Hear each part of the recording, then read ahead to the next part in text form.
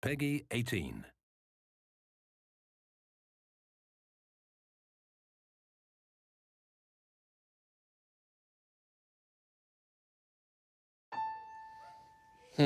What do I want to say with this story? Yeah? What do you want to say with this story? What do you think? What do you think about this story? I think running away is what I want to say with this. You know, change is possible. Fuck me, man. I could see it in everybody's eyes that they were just like, we're not gonna make it. And then everyone's still treating it like, you know what? We'll just see. And I'm like, no, like, in my mind, I get it. I see what you guys are telling me. I'm not gonna let myself believe we're gonna make the date now.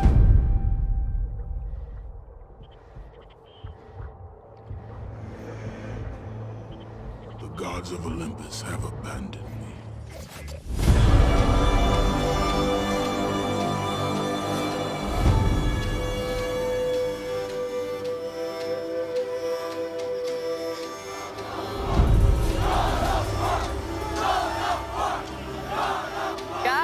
Revolutionized the gaming industry with its epic storytelling, jaw-dropping action sequences, not to mention a quick and brutal lesson on Greek mythology. Ares! Burn this village!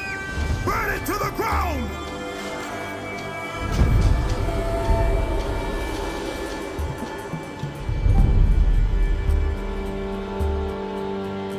We're talking about one of the most iconic characters in the history of video games.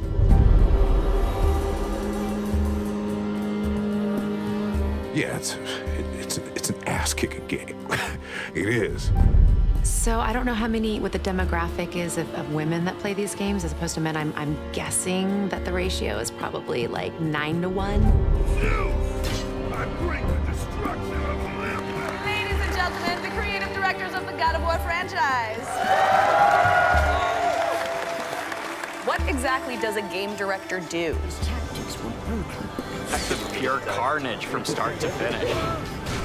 Very early on, he or she has to be able to play the game from beginning to end in their head. Grabbing people and throwing people around, and like you get that sense of empowerment, you know, like nothing can stop you. Especially in the first God of War, when nobody, with the exception of a couple of us, had any idea what it was. So to me, a God of War game is about the action, it's about the rage. I was a god in the beginning, and then I was put down, and then I came back, destroyed everybody. On God of War 2, he expanded the story of Kratos, deepening the saga and turning it into a legend. Please welcome Cory Barlog. A lot of the time, we have no clue what we're talking about. I mean, there are a lot of leaps that you make in this job where you're like, all right, look, I kind of know what I want, but sometimes you're discovering as you go. So how did you guys become game directors? For me, it was just that Cory quit. Thing. Yeah, I quit, so he quit, so I got it. So really, all you gotta do is find somebody to quit. I pledged an oath in blood. God of War 1, about a guy who puts everything aside for work, and he loses his wife, and he loses his kid. Pain is all I have left. Hello, Kratos. Few games embody the definition of epic quite like God of War, so it's disappointing that the release of Ascension brings with it a whiff of a series that's treading water rather than driving forward. So I guess killing people solves problems is not really gonna go over so well.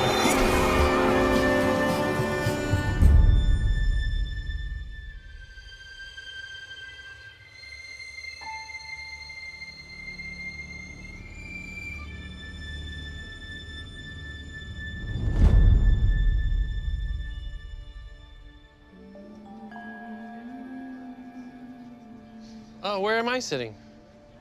No, Cory with an E is sitting here. Cory without an E isn't sitting at this table. Oh, that is embarrassing. That is embarrassing. I am an 80s television star, but that's all right. We'll let this one slide, maybe. Thank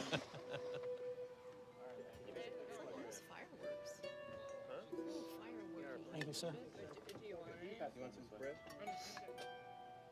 For me, this was a very long journey. We were in a tough time within the studio, and there was a lot of emphasis that we as a team were putting on rebooting this franchise and what does that mean. And there's a lot of risk just in that one sort of concept. Reboot is, as Corey and you guys know, it's not as easy as it sounds.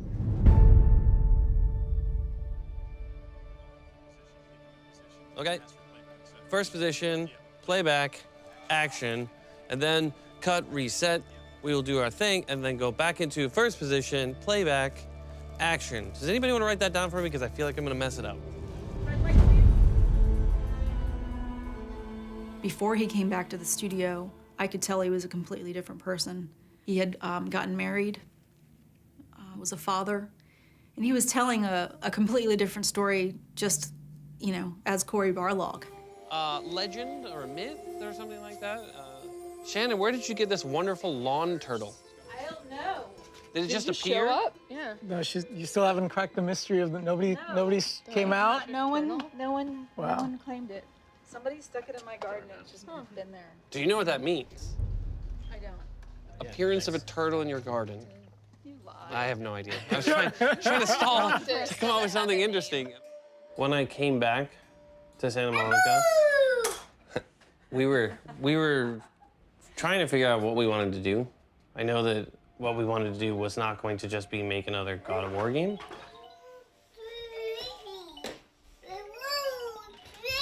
Knowing that, we knew that same old Kratos, rage-filled, crazy guy, was not going to work. And I kind of started thinking about this idea that if Kratos ever got a second chance, you know, this idea of like when I had a kid, I felt like my perspective on everything changed. Hello. Hey, all right. Hi. Do you want to come over and see what Papa? Come on. We'll go over here. We'll go call action. Can you say action?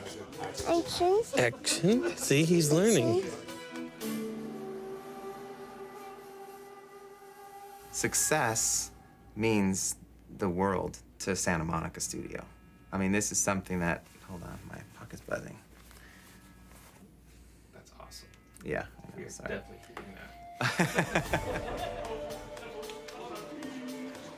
It was Shannon's idea to go find Corey again and bring him back as one of the original vision holders of the whole world that was God of War, and give him time to really try to come up with, how do we reinvent this franchise? How can we just make it not just bigger and better and the same, but bigger and better and different? After Ascension, they did this thing to check how the audience felt about God of War, right? The overwhelming vibe was that they were done with Kratos. You know, Kratos either needed to go away or needed a fresh start.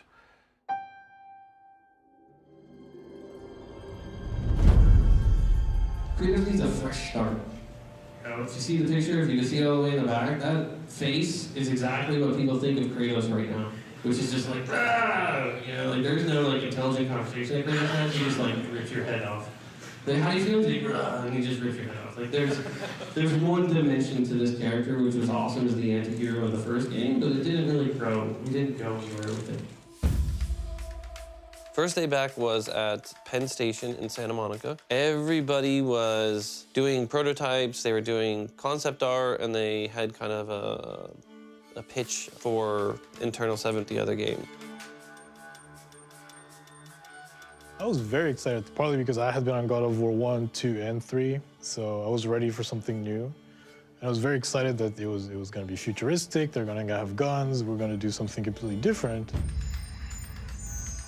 Internal 7, they were in pre-production for probably close to 36 months. Shortly after that period, they needed to inherit the Ascension team and really put the pedal to the metal. This studio is the DNA of God of War.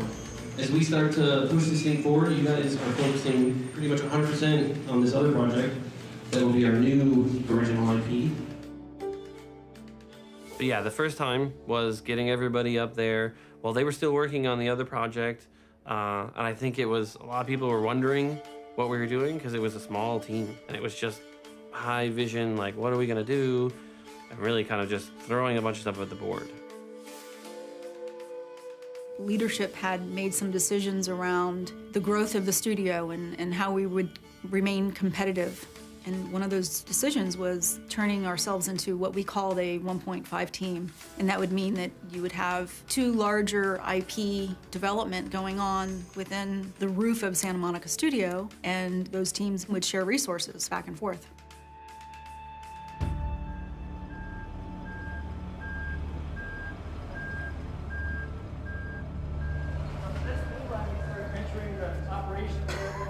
And the theme of the day is trying to keep quiet during the tour. Lots of reverb in there. So we have a whole area. Offices will come along here. Offices will be along this wall. Over on this side, we're gonna have the focus test room right over here. Incubation team, we just walked through the new incubation area. We have full-fledged recording studio set up. Green room for the talent that comes in to record for our games. And as you come this way, having a projection screen that will be able to come down, so we'll have our all hands. All hands in this space, again, similar to what we do in Studio A. Executive boardroom for meetings. As you're winding, you can look over the railing. It's a really different perspective on the space as a whole. That's my guide. Everyone applaud Shannon for her great tour guide work. Say hello.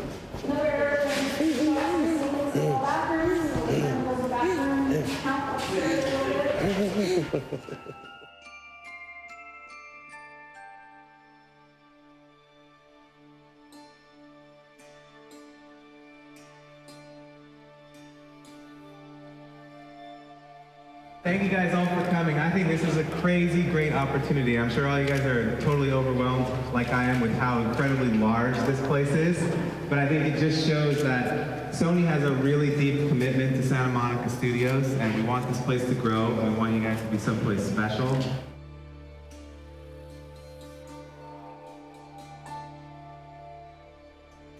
Opportunities like this don't come very often.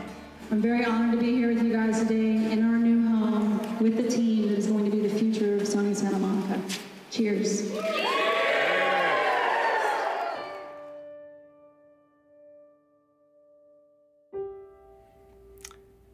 You want me to talk about what it would be like if it failed?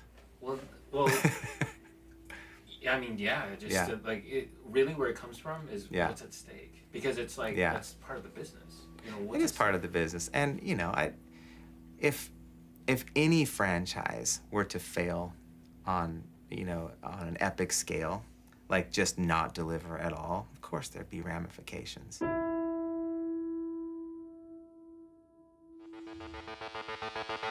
Gaiman here with IGN News. Layoffs unfortunately hit Sony Santa Monica studio today. The Sony-owned exclusive developer, founded in 1999, is best known for its God of War games. The extent of the damage remains unclear, though there are indications that one of the projects the studio was working on has been canceled alongside this round of layoffs. Sony has provided the following statement to IGN. SCEA can confirm that we have completed a reduction in workforce at Santa Monica Studio.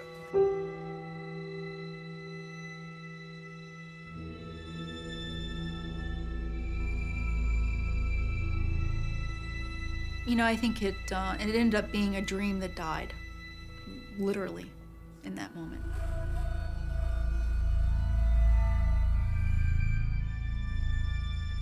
It's one of the hardest things you'll ever do in development, is when you sink your heart and soul into something and you realize it's not coming together the way we wanted it to. We need to shift gears and restart. That was kind of the abyss for that team. So that was pretty devastating in many ways. You know, one of the many big appeals of coming here was to work on a new IP on a small team. So I actually joined that in-7 team when it was about 20 people. So that was a very, very difficult time for me. So, yeah.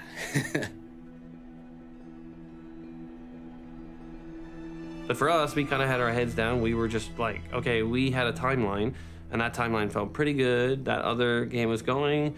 We were kind of like, okay, cool, we'll kind of trail them, draft, know when we can get people on. And then when things were not working out, and kind of the big sort of halt happened on the project, we had to suddenly say, we're about to get 110 people. And I had to figure out how to keep them busy and figure out now, beyond just the concept of the game, but how are we gonna, what's the new pipeline? What's the engine? It was in a dire position, right? Because you're in that state where you don't have anything to keep people busy, but we were in no way ready for 110 or 120 people that we inherited. We were just trying to basically do mental push-ups to be ready for the team. And then all of a sudden they just got delivered on our doorstep about 8 to 9 months early. And it was like, what are we gonna do now? And it was just scrambling, you know? And then there's a lot of mistrust right out of the gate because they're like, what have you guys been doing over here? You don't know what game we're making? And we're like, you guys are early. It was very difficult, but we had to push on, you know? And I think we had to find the positivity out of it and figure out how we can kind of collect everybody again. I think for me, it was just that, again, perseverance of coming in here and putting one foot in front of the next to make sure that tomorrow is a good day for everyone.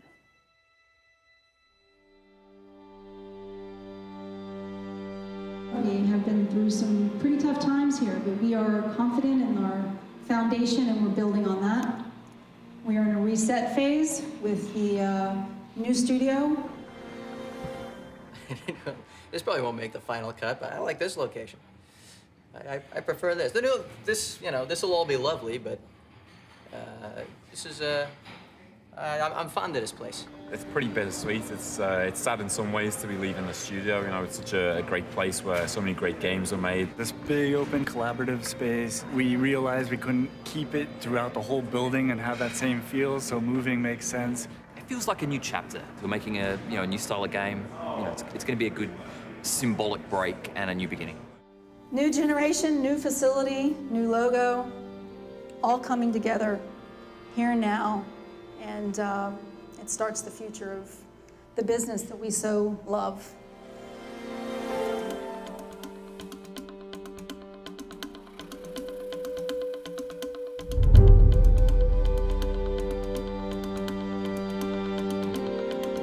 Well, the business is growing, and we feel face-to-face communication and dialogue is really critical to our collaborative nature. Well, I mean, definitely we'll miss some things about the old building. We went through a lot there, but I think this is I feel re-energized, to be honest. I feel I just feel pumped up for whatever's going to be next. The inspiration is definitely in the building now. I mean, we have to step up and make something fantastic because we're in a fantastic place. For me, I wasn't coming to work at Sony. I was coming to work on that franchise. When I played God of War 3, I was so excited about it. I just wanted to be part of that. If you're making a fighting game or a sports game, you build a team around what you need. And we had a team of people who loved God of War and a team of people who want to build that kind of game.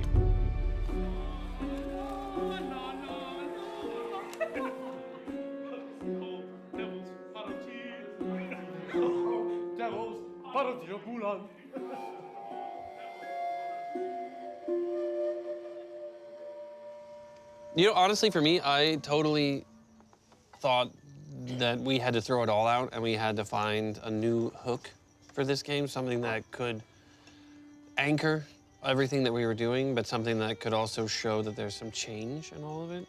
And I'm not as creative as I would love to believe, so I always just pull things directly from my life. So I thought it was a totally clever idea to have Kratos be a dad and try to actually be a dad rather than use it as like a cutaway cinematic to describe whatever past he had.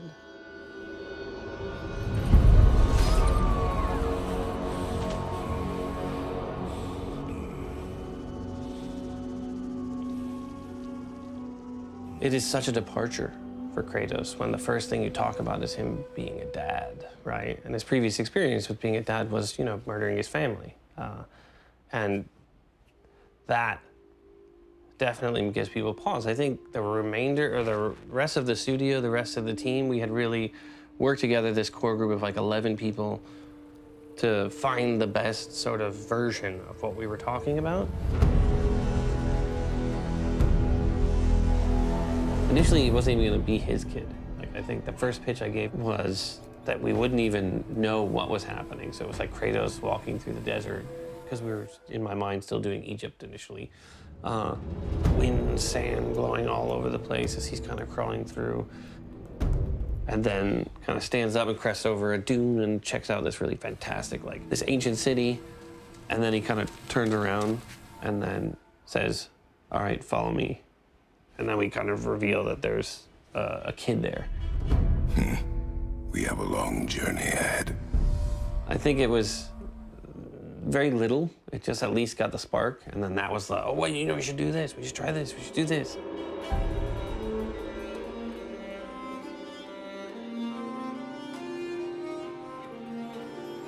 I was all in on some of it, but the sun thing, like, not at first. Definitely not at first. Just mainly because, like, from my perspective, it's like I'm trying to think of, like, combat and what we can do next, and then I see this tiny kid running around Kratos, and I'm like, my God, it's like all he's gonna do is slow him down, all he's gonna do is make things hard, and nobody wants that in the game.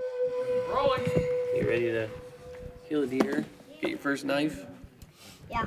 Get in combat? Probably do some extra combat stuff. I think you're also gonna jump off of a box into John's arms. So, we just need you to do a backflip. Can you do a backflip? Actually, yes.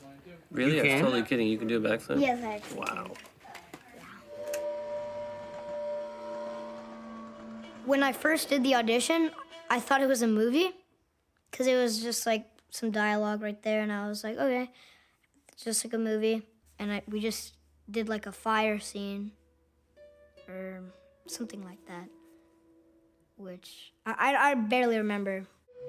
No, we didn't do history today. But you do that sometimes. Yeah. Basically, when we actually present the game to the executives, this screen will be sitting on the television. It'll just be your face sitting at the fire, looping. And I'll be talking to them, and then when we actually start the game, I'll press a button, and that's when you'll hear your dad call you. So I'll press the button, and it'll be like, boy.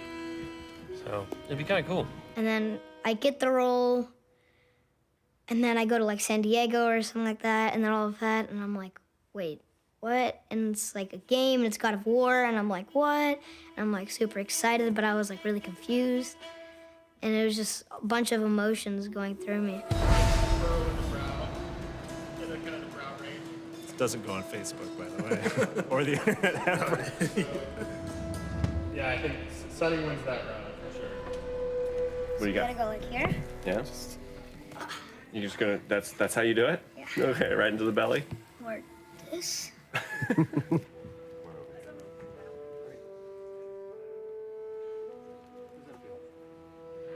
Yeah. I actually did that yesterday, where I'm supposed to get really mad at Kratos.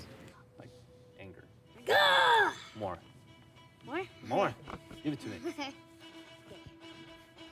Ah! Good. Yeah, I just scream really loud. It's really funny. Okay, Sonny.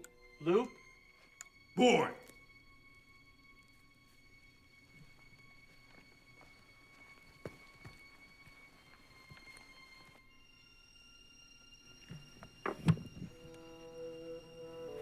What for?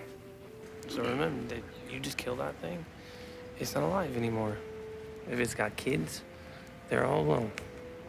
So think through that. It sucks. I know, right? Use that. Okay.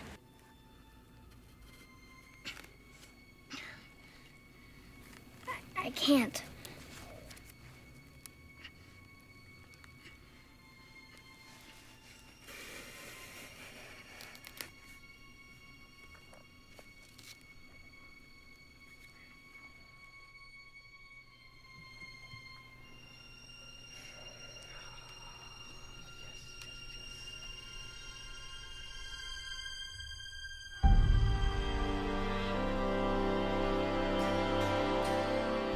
There it is! Quiet. The vision for getting that kind of narrative tone, no camera cuts, like getting all that stuff up and running, especially as well with like a buddy AI with the sun and having him lead the way properly, having him kind of move correctly. And, you know, I mean, the vision was so clear, but it was also pretty ambitious. And at that time, we didn't really have a lot of that working. It was fucking bad. It was just a mess, right? It was like 12 different ideas, you know, all at once. It was too much, and nobody was really sort of giving an inch. Okay, well, now what does that mean? Well, that means you go back to the drawing table and you do it again. And, you know, we've had even, I think, a shoe visit a little while ago in March where the second he left the room, I was like, that was not good. There's something that you know, in his facial expression that is telling us there's an issue here. And then, you know, Shannon calls a little while later and says, Shu had some notes. He was not happy, but I don't think I read exactly how unhappy he was.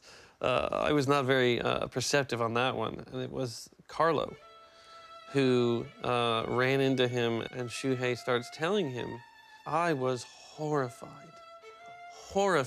how bad it was. I think the team, you know, rightfully so, gets nervous when they hear like, oh, Shu's playthrough, you know, was not all positive, right? And people start to say, well, what does this mean? What does this mean? And it means we gotta solve this problem, right? Like we do every single day. And like, this is a really big guy in Sony, and he did not have a very good experience. And I still was under the impression it was not a very good experience, not horrified. Horrified how bad it was.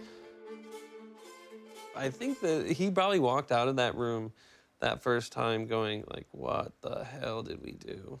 We just gave this guy a lot of money to make this game. Did we make a mistake?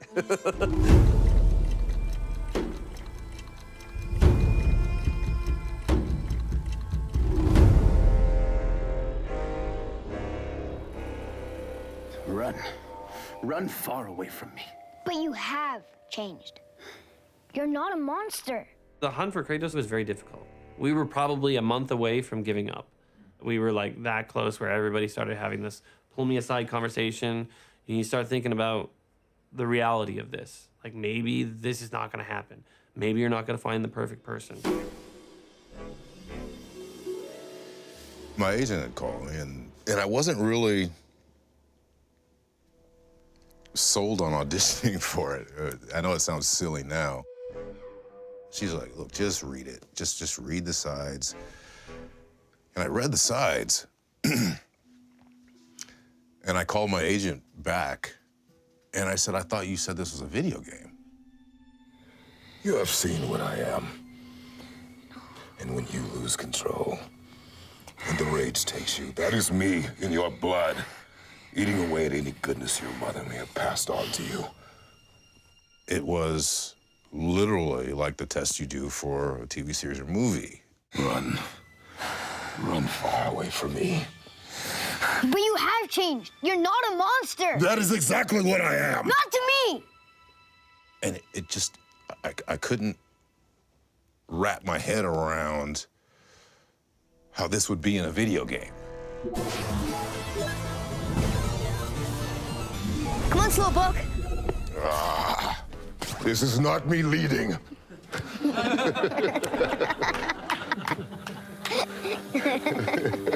Excellent. Very good. Right from the get-go, you could see him and Sonny had a really good chemistry. And, you know, he's huge.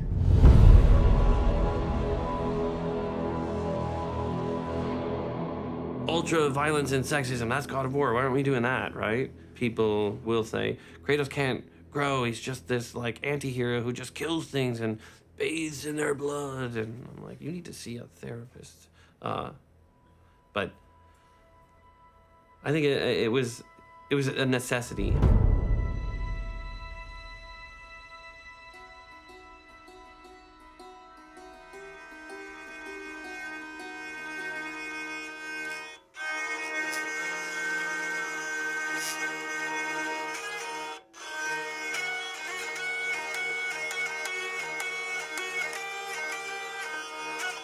If I had my own instrument, it's probably the accordion, because it's weird. And most people think it's lame, but I think it's cool. Hey, man, how's it going? How you doing? I remember meeting Corey, and he told me the story of the game. I think we were there for like an hour and a half. And I felt like I was sitting around a campfire. Like I wanted to just like roast marshmallows and just like, and then what happened? It's the story that draws me musically. That's where I get ideas. And I realize like this game has a really well thought out story and character arc, and I just thought, I have to be involved in this.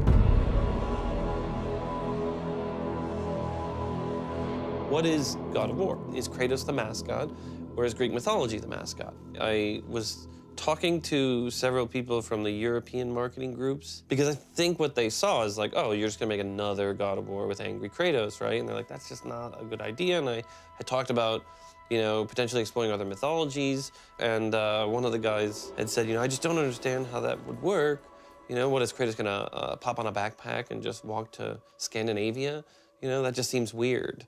And I was like, oh, right at that time I realized, like, I was like, oh, well, he doesn't have a backpack, but yeah. Hello, okay, wow, there we go. So they're gonna go out in the beginning of the game and fulfill the sort of dying wish of the mother. The mother wanted her ashes. She wanted to be burned and her ashes to be spread on the highest peak in all the realms. So that's kind of the driving force throughout the entire story, is that they are taking her ashes and heading to the highest peak. The overall theme of this is that the kid is going to teach Kratos how to be a human. Kratos is going to teach the kid how to be a god, right? Each of them has a piece of them missing, and they kind of help each other out on this buddy road trip movie.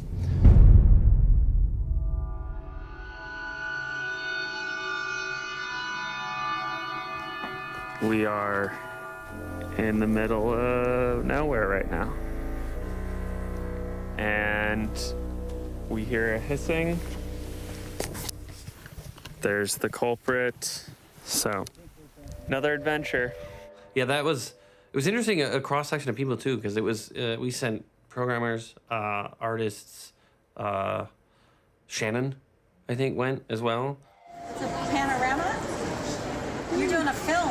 This is serious. I'm documenting. You're documenting? Ready, guys? We're getting ready. This is where it all begins. Cue the soundtrack. Well, we made it to New York so far. We're halfway there. You can see the people were much smaller back then. Luke would have been a giant compared to them. That's the way we dress when going to Reykjavik. Smartly. Great. Nordic thunder. Dun, dun, dun, dun, dun. I'm gonna get run over. Stood still. HDR shimmering. Picture video. Iceberg ahead. So we're still here. The tires won't come off, so we called the farmer. So we gotta dig in here. Yeah. This is where we live now. Come find us. It's Shannon. I'm gonna head back to the truck. There's so much life that's happening around you, and you can feel it almost in the terrain. There was a number of really special moments there for me because of how magical the landscape is and the way that it just captures your soul.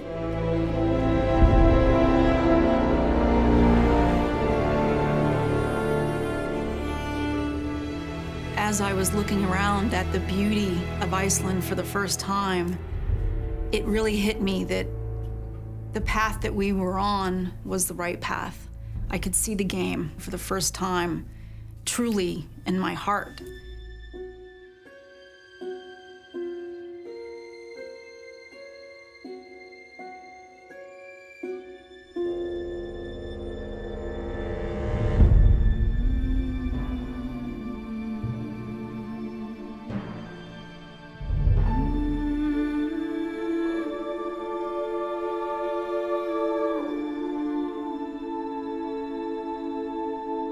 Ljóst hamri að himni.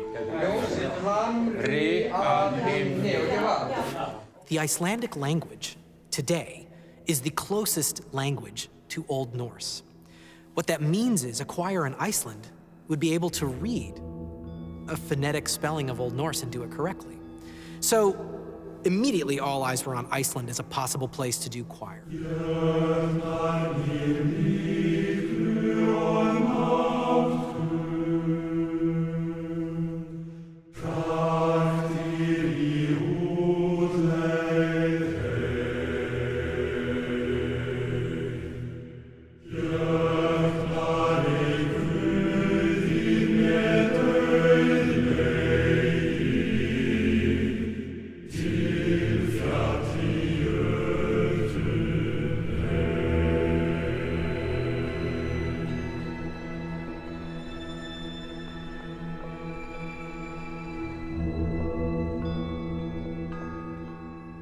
I thought I was auditioning for Game of Thrones, I'm gonna be honest. I was pulling on a major Lady Stark moment with my monologue, and I was like, this is my moment. Everybody. We're all in. It felt like a beautiful cinematic piece about father and son and mother and longing and relationships and with these gods and goddesses, and it was really exciting. So they're going to meet Freya in a meet cute, really. She is going to give them a little bit more information on the world, help guide them to where they need to go, but also kind of start to create this relationship with both Kratos and the son that we kind of build throughout the entire game. She will send them off towards the mountain, and you get attacked like right away. She's totally not trying to screw you over and just sending you into a really bad place. It's a very hostile world that you're in.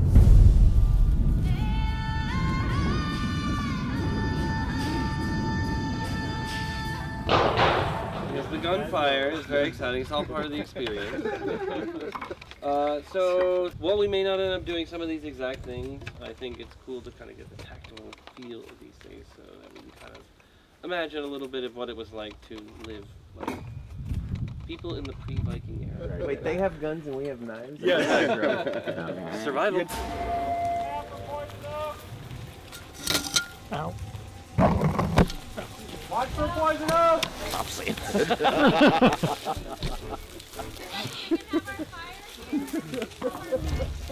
Taking you in the woods is like taking Woody Allen and There is. You can pay attention to your task, but you'd also be paying attention to your perimeter. There'd always be someone watching. I don't see anyone. Like a creepy camera guy. I know. But whatever you do, you have to make sure you can get into it and then still close it up and keep yourself insulated. Start fitting in yet? Oh, he'll fit. One way or another. Something else you're looking for is to make sure that you don't have any widowmakers, things that can fall and kill you. Yeah, come help. You can do it. I'll see if Sonny wants to do it. If not, then I'll do it. Yeah, go ahead. Here we go. Great.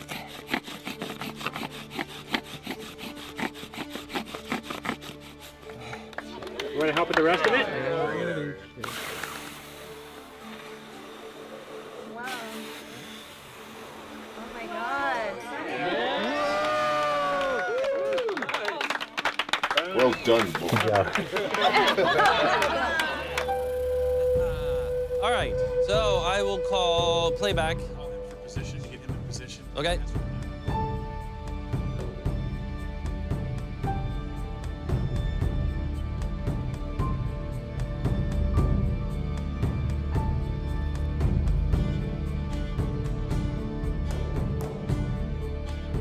Going for one, red light, please. Holy crap, this is exciting. Audio. Camera. This is our first day. I have to pee. Really? Now? Do not make me pull this volume over. I won't. I often make bad decisions and get myself in trouble, so it'll be perfect. I'll be like, look, what did you expect? Are you talking about work too? Yeah. See? It's all around. TV? Yes, I was trying to teach him the action. All right. It's a big influencing factor. And I think as I was growing up in the earlier games, the family was sort of the individual extended family. My family lived farther away from me, so I was a lot more separated from them. So the work family became the entire family. Now, I have them intermixing. Like, I had my daughter during production, and just the willingness to work around my schedule of having a newborn. And, you know, I had to take maternity leave in the middle of production, and, well, I know, so I came back. I have two daughters, and a 4-year-old and 6-year-old. Hi, Sophia. Hi, Olivia. I'm expecting, yes. It'll ring. We're gonna watch the TV, and they're gonna be acting over there. And then it's gonna be on the TV. TV? Yes, TV. Even in the earlier games, that's how I kind of rooted myself in the first story, was writing the first few drafts with my dad and kind of finding the struggle of Kratos and Zeus, the sort of father-son story. But this father-son story is told from that different angle, the son becoming the father. So I am a little OCD, so I'm going to take some of this Oh, you like that? Okay, good. Oh, that's fantastic. I don't know why. I'm taking a little bit of this. Not certain what I'm gonna do with it yet. Farting is allowed in the volume. Right. Only in the volume. If you need to fart, go next door. Yes.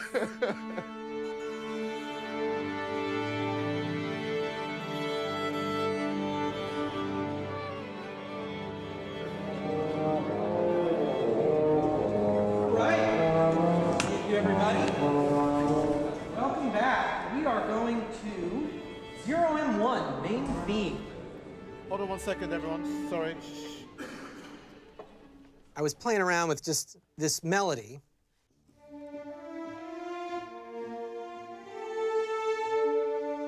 And at the last minute, I was like,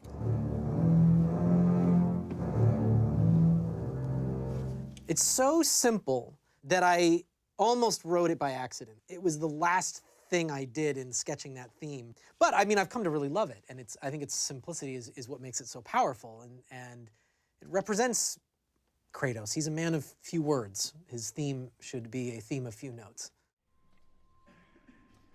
Here we go.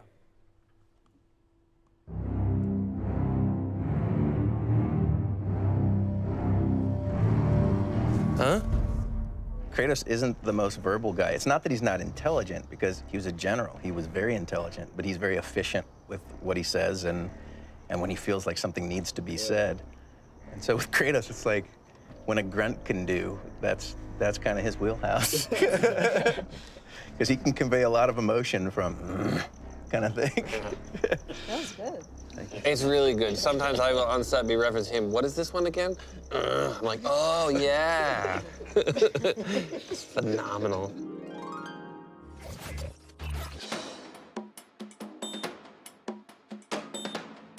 E3 is a big opportunity for media to get a glimpse into what's going on with the various software as well as hardware. It's bigger than Oscar night. I mean, it's huge. It's a chance where you get all these, you get all developers, you get all studios, everyone's just a fan of games.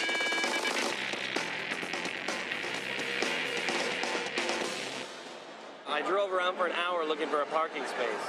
I had forgotten how fantastic E3 is. Fuck that. I'm looking forward to seeing people's responses back to this thing. Right now I haven't heard anything, but seeing the crowds is definitely an inspiring thing. Hello, this is the first of many diaries that I'm going to make during the soul-crushing process of making this game. It's been 3 years on this project. We are a month from our E3 demo alpha, which is the first E3 demo we're ever gonna do. The art director, who's been on the project from the beginning and actually been at Sony for over 10 years, is having his last day today, which is the reason I'm probably starting to do these things. So that I can outwardly seem like I'm totally fucking fine with it, but inwardly then I can be completely questioning what the fuck is going to happen. The audio turned out. Have we cranked this freedom up though? Because this is. Well, what is it at? 11. 11. Check.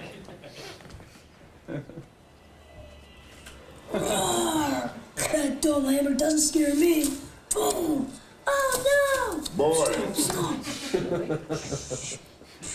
Boy! Take that, Thor.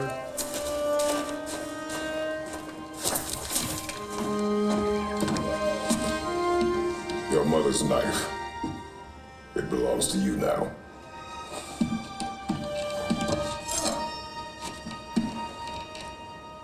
What for? A test. So being like 2 weeks away from E3, you know, we haven't really talked about or shown anything about our game. So like, it's like a pressure cooker right now. You know, we're like all boiling with excitement. It is simply a target. Clear your mind. Immediately when we show the E3 demo, you're going to see a lot of introduction of story elements that weren't in these games before. And I know that, you know, some fans may have liked the just pure, like, just kill, kill, kill, fight, fight, fight. Yeah.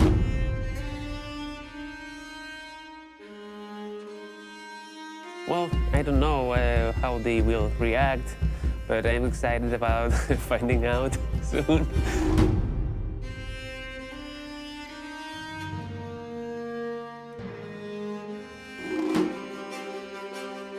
Like, everybody's probably a little tired, a little stressed, a little freaked out. You know, this is the first time after a very long time we're gonna show anything to the world. So I hope people are just happy to see the change.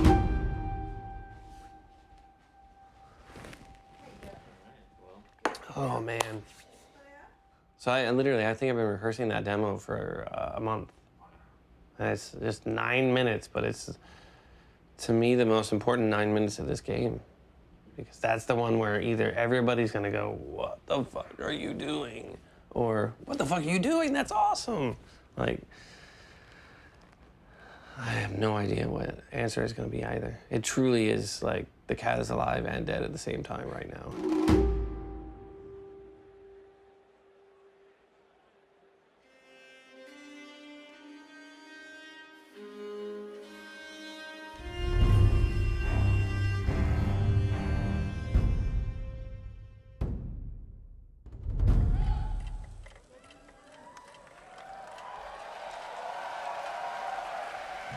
But you know the trick to that, right? You picture yourself naked. Ah. I like that. Wait, wasn't the audience? No, I'm gonna picture myself naked.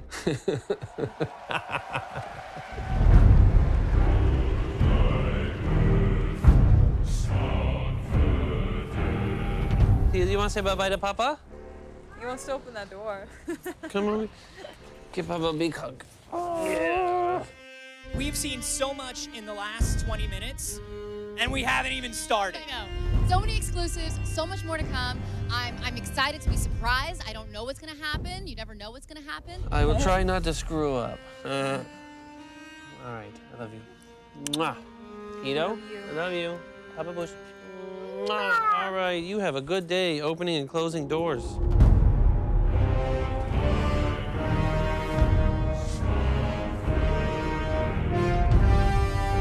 Good afternoon. I'm in here. Fantastic.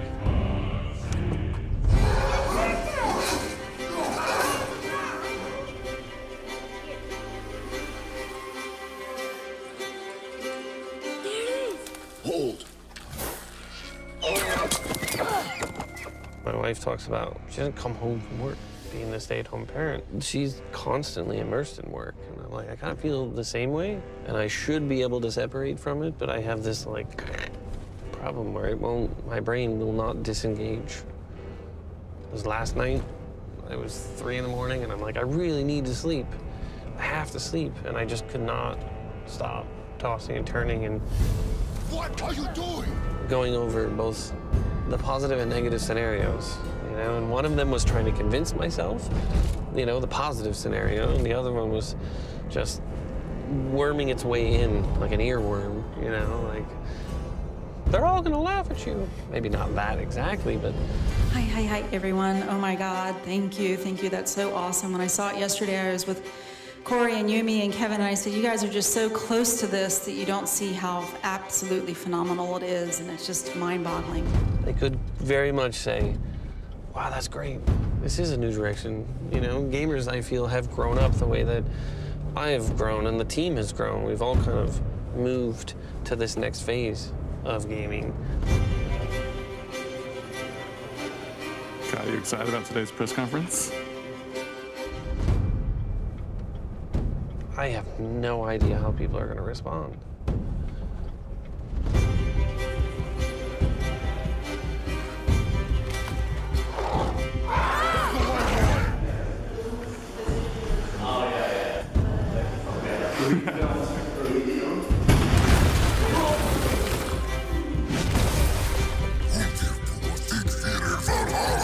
Anything that anybody could say on the internet is still tame compared to what goes on inside here. But now there's so many more people at stake. It's a team. I don't want to let them down.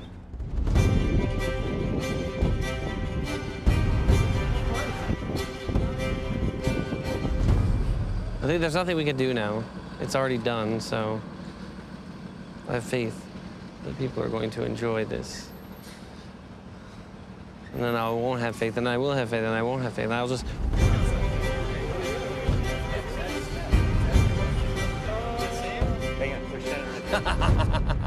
And Yumi. You should get footage of them. Shannon and Yumi. There you go. Get in there. There you go.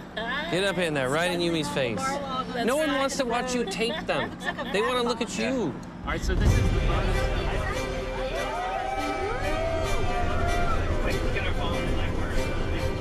Oh my God, it's amazing. I can't believe we're here. It's a crazy day. Corey Barlog on the big stage. It's like 4 years in the making.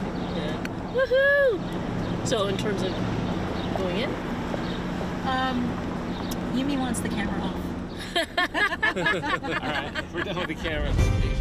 Press conference. Absolutely. Now, the big show starts in just a few minutes. See, now I can leak something and it will be okay because today's the day that the leak's coming out. How are you getting in there? I have no idea. Do you have a hat? Huh? Do you have like a hat, a cap or anything? You could not wear anything that identifies you as Santa Monica Studio. You can't talk about the studio when we were there. It was crazy. Oh, good point. I didn't really think of it that way. Yeah, I'll put this on. I have a hoodie. I can go Unabomber style. I think this is more for me, thinking that anyone would know who I am. And what a world we live in when I think that.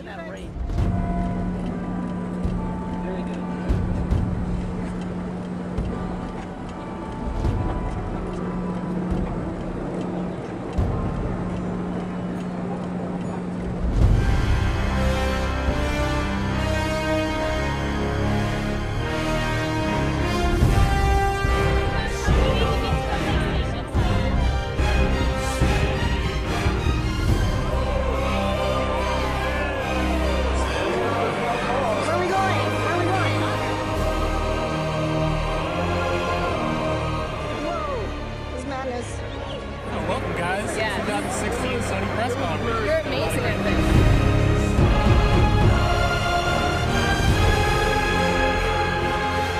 Okay, tell me how nervous you are. I'm freaking out.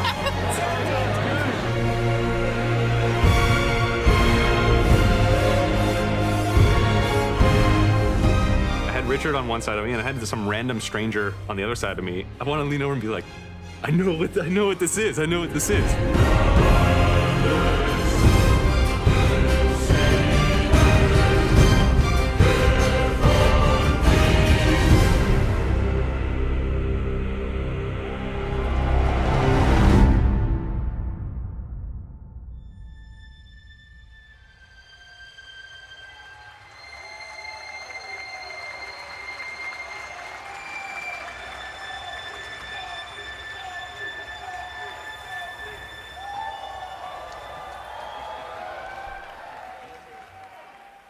Roar!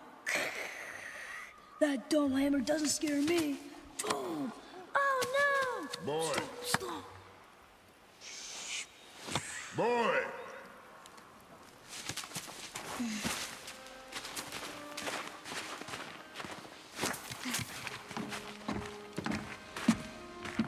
Your mother's knife. It belongs to you now.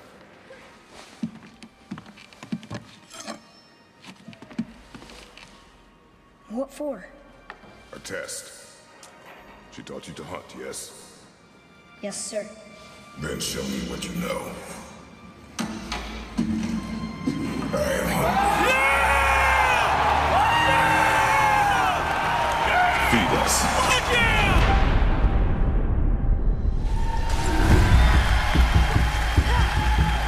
That was straight up paralyzing. I was literally paralyzed, full chills, entire body. Then show me what you know. I am hungry. Ho, ho, ho, whoa, whoa, whoa, whoa, whoa, hold up, hold up. Oh! Oh! What the? No, no. Oh!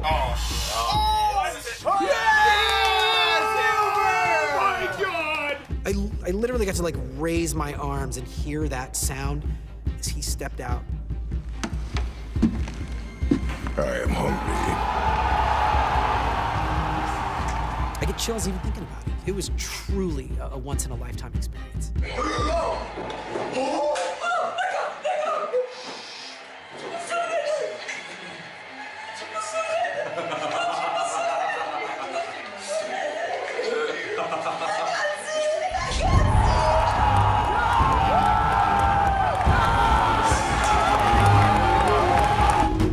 Very rarely in life do you get that.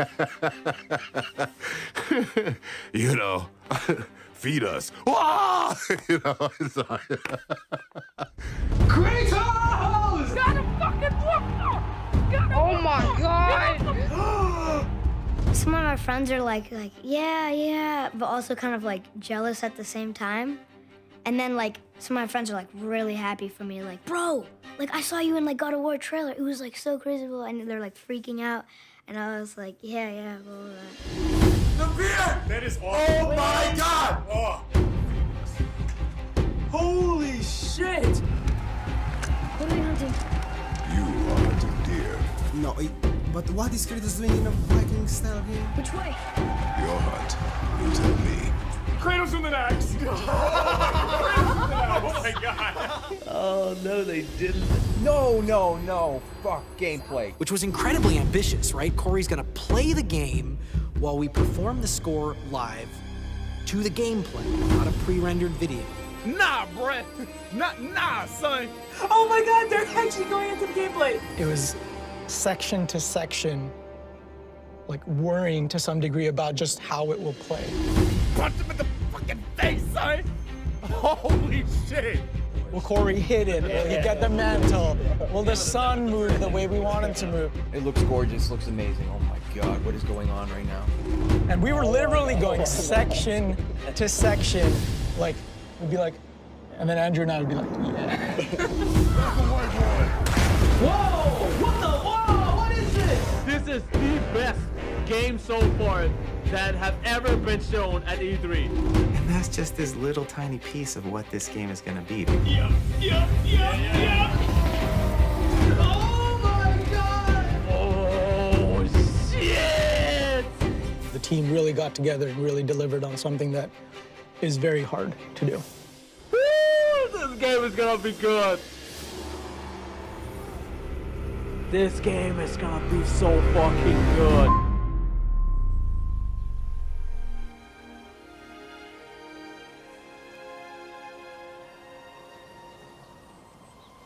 Now, you are ready. For what?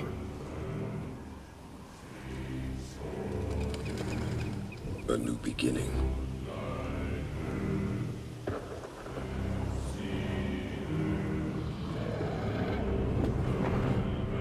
Yo, dragons! Dude, I can't right now.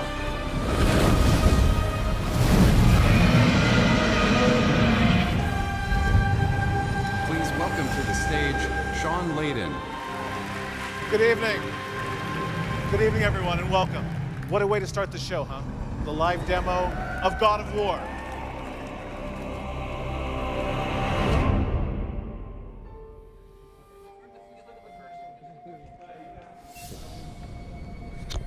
Or is it in the back hole? There's no light. Okay, well that's good. It's recording. As he's walking towards his office. There you go. Dan.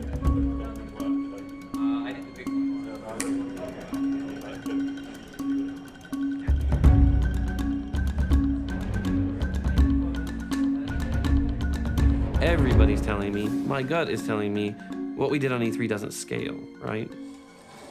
We took so much time out of the project to make that awesome. That doesn't scale to a full-sized game. You know, but the scary thing was, like, we showed 10 minutes and 45 seconds or something, and it took a year and a half to get there. And now we have a year and a half left, essentially. And we have, like, 30 hours to make. And you're kind of scratching your head, like, how is that humanly possible? How do you skip it to all those different stages? Are you using bookmarks? No. It's called Denny. So yeah, this is actually Denny not correct anymore. It's unbelievable. No, I can't keep up with all this shit. Anything we have to say, we usually say it. So, and I think that's what makes the team work. You know, you don't settle for crap that you see. You If you see crap, then you identify it and you say it right to the person's face, hopefully with fists and a bat in your hand to make sure that they change it. Yeah. And yeah, basically you just talk it out and you just figure out like how to make it better, because usually it gets better. We'll do it. Yeah, we're just gonna do it in effect and just a little swap. Funny is this very. We can definitely make her disappear. No, I know we can warp her. Whether we can make her turn into a bird in gameplay. I love to see that. Yeah, me too. He's a good meeting. All right, guys. Never mind. I gotta go do something. Yeah, he's got things. Hey. Why apparently? Good morning. All right, I'm going this way. All right. Everyone will steal your soul. I have almost 30 people in my department, and artists tend to be a little bit introverted, dramatic, read into things, very sensitive, because, you know, you're an artist. That's natural. It's all okay. But every single person that I need to deal with needs to be dealt with in a different way. If everything goes right, then I feel that I can get all of the stuff in. But as you can see, like I was just showing you stuff and there's a bunch of stuff. We're gonna leave now because everything's going wrong. For me, at least, I think a big part of it is maintaining that focus. With a team of our size, the ideas are constantly flowing. There's so much feedback. There's so many things that need to be done. Sometimes you just want to, you know, go to each individual person and say, stop thinking, just do this, right? Like, don't look at all these other things, just look at this and do this. And you can't do that because you know the other things are also pretty valuable. Which would simulate that if you come to it at exactly the wrong phase, that's what would happen. Right. So I'll try switching that to true and see if that fixes it in that case, or see if it just has him like go straight in a line. Yeah. Yeah. And if that's the case, then check it in. Well, let me know. Okay. Cool. Cool. Thanks. But then the opposite's true as well, right? Because I remember like you and I had many fights about how like the Draga reveal should work. And eventually it just came down to like, I have a plan for this, leave me alone. I've got an idea here, go away. Translating the runes, digging up the things, so. It's a struggle to try to sort of unlock like this understanding of the process and how all the pieces fit together and how the players are going to understand the final product that you're delivering. Are you working more on that? Are you pushing further on these? There's bugs like you saw, like the fact that one resource was missing the ID. There's tons of stuff. This is showing right now on the purchase. So it's cleanup. Probably the most challenging thing is just people love this character so much, and there is a lot of pressure to make sure that those people feel like we're doing that character who's so important to them justice, while still evolving him, because he couldn't stay in the one place that he was. And right now, once you go in there and you have all the doors around you, you don't know how the hell to get back out to the bridge. Right now, the only doors that are in there lead to realms. Right? Are you with me? Oh my God, your AI broke. Yes. I had a firmware update just now. Sincerely, like after a party that just appeared in your house, because now I feel like I just want to show up every once in a while and leave you new lawn ornaments. Yes, I'm not kidding. Oh, I'm gonna do that. That sounds fun. They are a practical joking bunch, the managers. No one's taking any credit, which was unfortunate. Weirdly, that was the inspiration for Freya's house. Oh my God, that's what it is. There it is. Look! It's all right.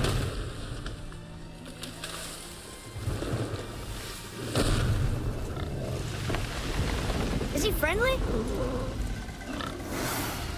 So this is gonna start filling in all the points in which we meet you, and you're gonna be going with Kratos and the sun to take them from the mountain all the way to Alfheim. Right. When you meet them in your house, all the different circumstances throughout the game, Yeah. where we need actually your voice versus my voice or Carlo's voice, Oh, you know, okay. where you have really bad stand-in dialogue right now. So where are we doing? So this lamb's crest. So these first two lines here, at this point now, the player can still roam around your house. Oh, right. And I'm like, come on, get it already.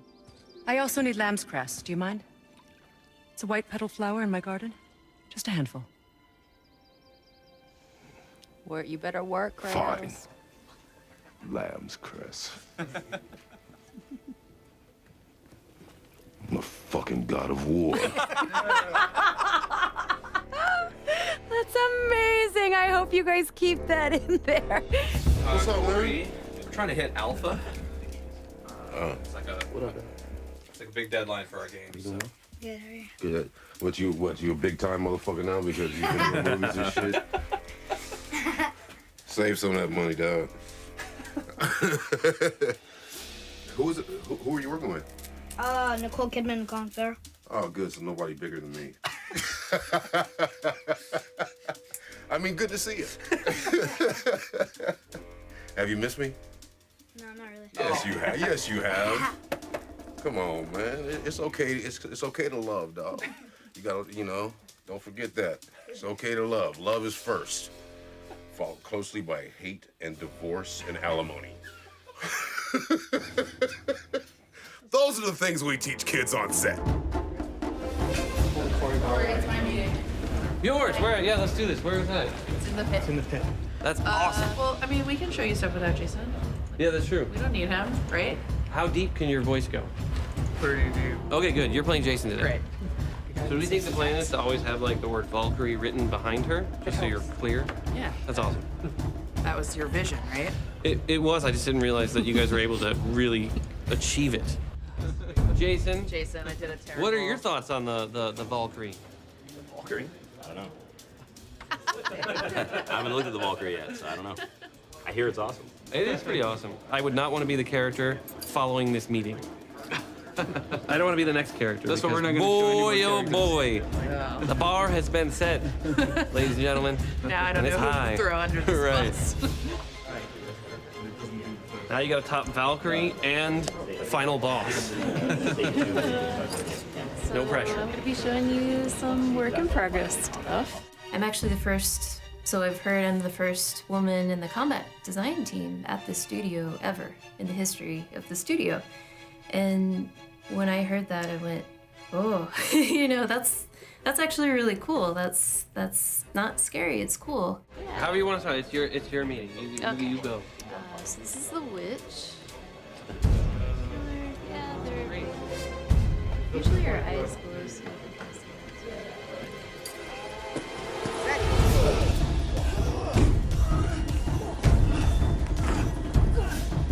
I think my generation, there was definitely a lot less women in video games. But when I see the younger generation, there's a much larger portion of the people applying in that are women now. Yeah, she's at the perfect If my height. hand wasn't there, you would have hit me in the nuts. She was like Good, karate, you deserve it. In their defense, you do deserve it. Yeah. It's true. Yeah, I can't really disagree. In his defense, he can't help it. Concerned about right now is just getting in the arena, and it looks good. Yeah, the arena's And these there. waves are not going to throw off combat at all. Apparently not. So he will be meeting probably like a couple more times in terms of just brainstorming meetings and idea meetings. They're trying to schedule something for an hour and a half over lunches. Okay. So Shannon's going to be organizing that and be letting you know. But I think for her, it's a priority. Obviously, it can't step over any project meeting. Yeah, because we have a, okay. Yeah, apparently our project meeting is so important. Just kidding. There is just no way that this type of activity happens from any type of top-down endeavor. It is No, not at all. every single person, every day, right? Yeah. Kind of figuring it out. And it's like, again, like with your kids, you kind of equip them in the best way that you can, and then you got to solve it yourself. And for that freedom, you'll be accountable to it. My mother said, everyone is smarter than you in something. And if you don't figure out what it is and learn from it, that's your fault. She taught me that every person I meet will have worth. And it's my duty to be open to receiving what people have to offer. Don't discount anyone.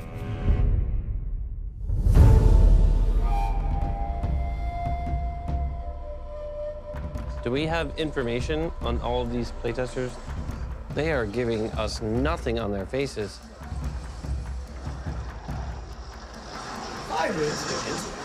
Well, she's sort of, I think, in a resting happy face. She just seems happy the whole time, but everyone else is just like, thank God I'm getting $10.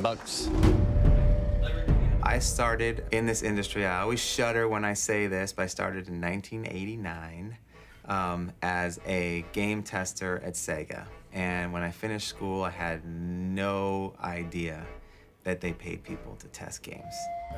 Jason is going to give you a cool presentation that breaks down all the combat, and then we're going to let you play through. Awesome. Like I said, we are making incredible progress.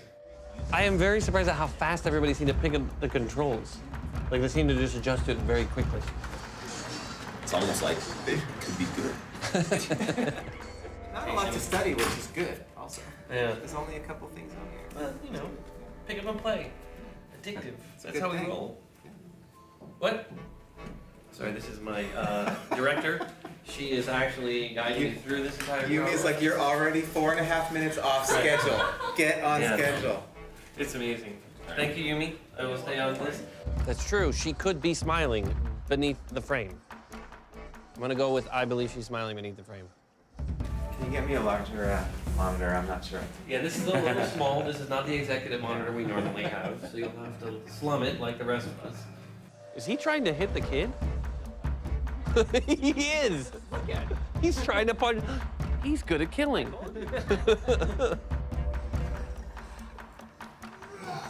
What are your predictions? Do you think they're going to give it really good scores, really bad scores?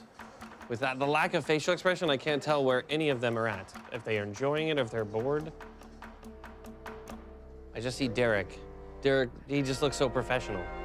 So what do you guys think about the sun? Was it useful, not useful? Yeah. Very useful. Yeah. He electrocuted guys. Without that, it'd be a nightmare. I am not a blocker in God of War. Never have been. Is that the old way, where if you just keep doing the combo and they've chosen to block, they will just keep blocking until you stop? Yeah, they will never stop until you either block break them. They're like the Terminator blocks. And I don't want to babysit someone. That's the whole fun of being Kratos, is running through and mercilessly murdering people with fist weapons and hammers. Yeah, we just have to make sure we're in agreement of like, okay, these are the possibilities and what. Are we in should do. agreement? Yeah. Well, I don't know. We never talked about it, so. What do you think? That's the most satisfying thing, is when they dodge my attack. It's just not something I'm used to. Oh yeah, turn it up, turn it up. It was. I don't think the button layout. My question is, why didn't the sun ever get attacked? Because someone's just kind of like, hey, I'm here. I'm like your OP, like, freezer. Yeah. OP freezer? Yeah. The fuck is that? Yeah, like, it was helpful, but... I'm here? What is this? What is this craziness?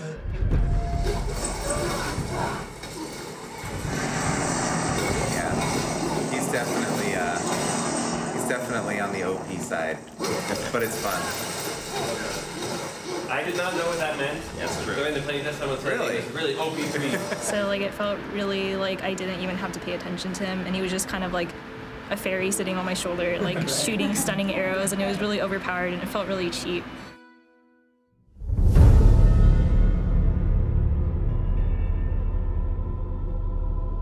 Like the addition of like the sun kind of felt very cosmetic, because I feel like you could have like the same ability without the sun even being there.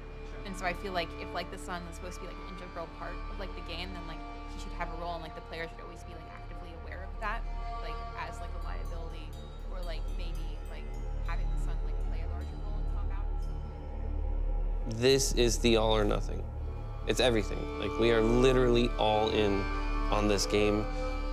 You have to get 150 people who are very stubborn and passionate and creative to all see a similar picture that doesn't exist. And doubt is the demon that lives in the ear of every person in this industry. That is, to me, the biggest obstacle, keeping everyone focused on the goal and not listening to that little demon in their ear that says, they're all gonna laugh at you and it's not gonna work, right? And it's like, I have the exact same thing in both ears constantly, but I'm still trying to steer people back. And, you know, you have to be able to trust each other, that you can fail and openly fail together and still recover. Right? Otherwise, everybody just starts protecting what they're doing and nobody wants to share anything.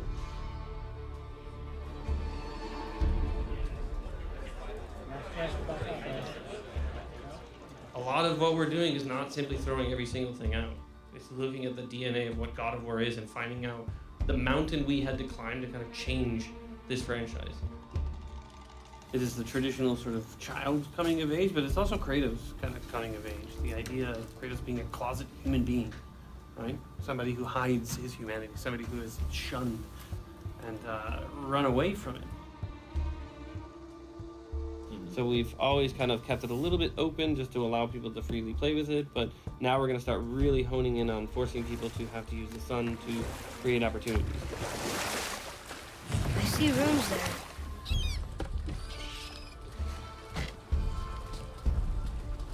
It reads, sacrifice your arms to the center of the water. Awaken again the cradle of the world. What? Throw our weapons into the water? And that is the lead-in to the whole world serpent coming out. So that way, at least it shows, hey look, he's saying be a warrior, everyone's a bad guy. And then when you meet this world serpent, the thing in the whole God of War universe that always would seem like the bad guy is the one thing that kid says, hey, this is actually the good guy. I think everybody recognizes we get one shot. We screw this up, I don't see us making another one. You know, it's a massive bet. No pressure.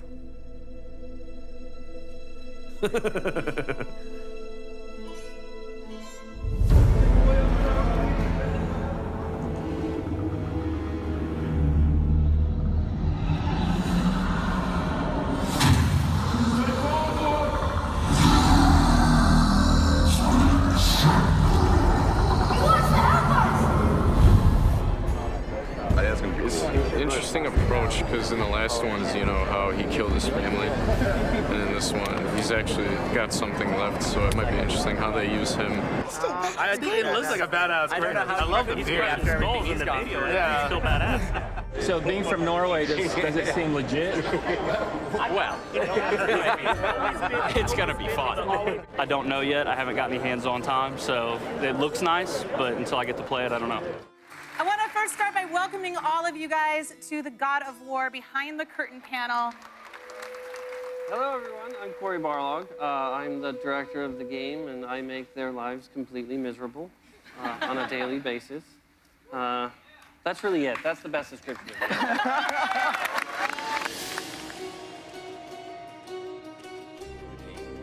You tab over to the journal, then you would have... When you're tabbing... Yeah. You could tap fast, right? Like, yeah, oh yeah, it's instantaneous. What's happening on screen while I'm tabbing? It's staying on the current screen until we make the selection and stop tabbing, and then what happens? Currently, just by moving over to this, there's no like confirm input to go to it. So yes. Currently, as you tab over, you instantaneously bring this UI screen up. So when I we can look at that. tab, we can look at this tab, right now. it instantaneously moves? We have an in-game part of that, Corey. We can look at that literally right now. Literally. Yep. Not figuratively. Turn around and it's right behind you. Metaphorically. No, you're just trying to trick me and have me not see these. All right, well, let's get to it because we have a lot of questions going on. You know, this is a big reimagining of God of War. So I think my first question really would be for Shannon. You guys were, I guess the fairest way to say it is at a crossroads a couple years ago for the studio.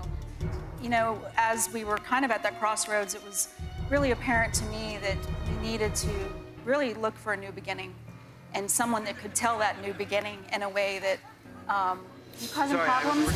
So here we need a fade to black for the duration of this. We need an action that blacks out the screen, right? We're not going to fade to black. Well, the action is the hand coming over.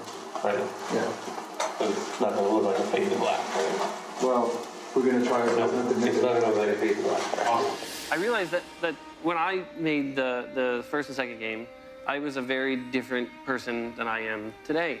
I'm a bigger asshole today than I was then. Growth, people. It's fantastic. Are we sure about the size of this arena? That's a big art scope, just put it out there. How much work is that? We should have been noted long ago. Weeks and weeks and weeks. We've been looked at multiple times. So, what's the problem? What's the real problem? I'm just asking, do you think this arena is the right size? It helps to work with absolutely great people. I am surrounded by people that are so much better than me. It would be nice to have this effect. It would be nice to have this breakable. It would be nice to have this and that. And it's like, dude, 10 days away from beta lock. It's been tough. It's been tough the last, few years. It's never easy balancing all these personalities and all this talent. If you guys think it's not a problem, then it's not a problem. That's why I formed it as a question. I'm asking them, not you. Okay. I mean, it's definitely not a problem. Okay. Every story that you tell, everything that you make, you have to have some kind of personal connection to it, some kind of truth that comes from your own life. Right now, this is a giant empty space that doesn't have anything in the ways of interaction or change. We've changed everything from the combat to the mechanics to including the sun to the environment to everything is different, new, and fresh. Scary. And scary. Needs to be lock it down. Yeah. Move it forward, lock it down. Move it forward, lock it down as a leader. I find myself sometimes terrified at the decisions that we're making. We made the choice. We gotta figure out how to make that shit work. You have something that fans really care about and players really care about, but we still want to flip everything, break it apart, and then start putting it back together slowly. That's just the level. The 0 to 4 on every single level. You know, we bump in together every once in a while. Sure. But it's all for the good of the ultimate goal of greatness. I'm so thankful every single day that they're the ones that have to do the hard work. Those guys are busting their ass. But like, we brought this dude on, we passed on other people to bring that guy on. So I don't want any more fucking excuses from that guy. I just want to get shit done. And I just want to thank Corey, Ariel, Jeet, and Shannon for joining us today on the God of War Behind the Curtain panel.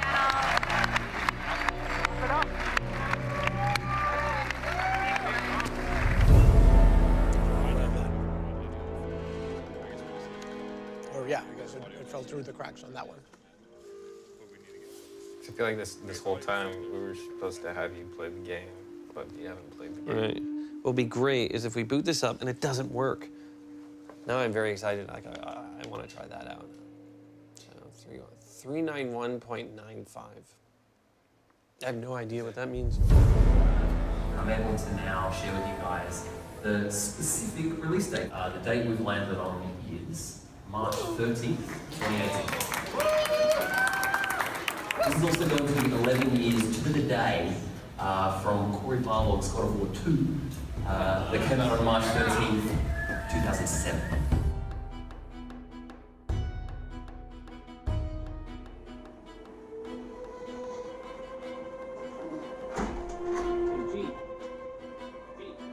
Up until this point, I think a lot of it has been we have latitude and we have time and we have the ability to tune and think and iterate in a way that allows lots of different perspectives. And as that time starts dwindling down, the number of touches you can get to do to validate the decision that you want to make starts sort of going down and down, right?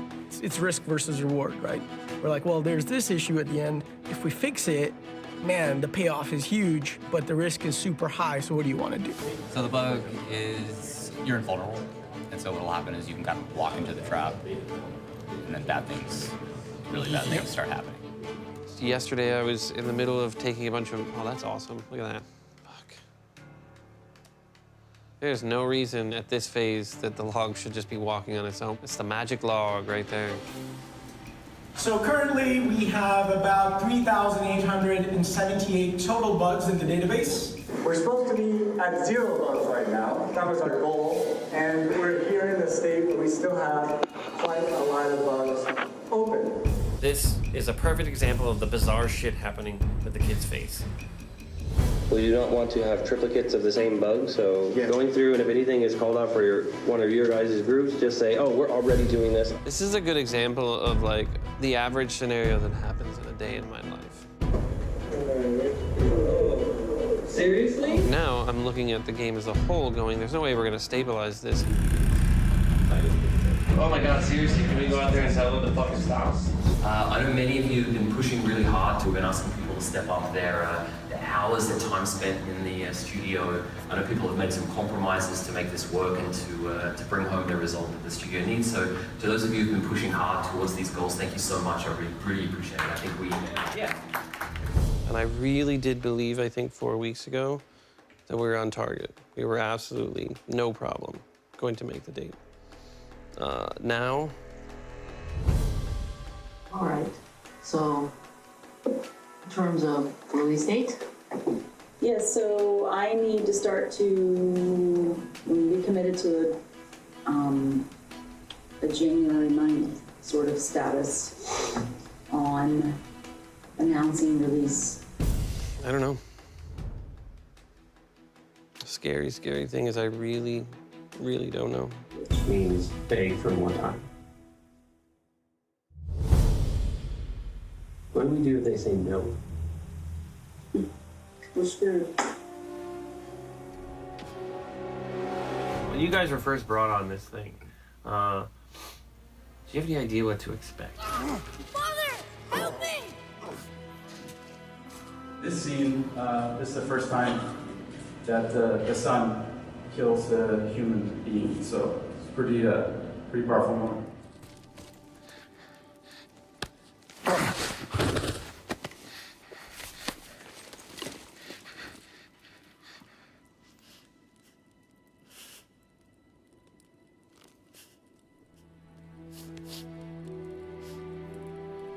You know, as a father of 4 children, it's interesting that you know, this has been a man who has missed 10 years of his child growing up, and I really found some parallels with my own life there, because I was working on a show and I basically missed 10 years of my kids growing up.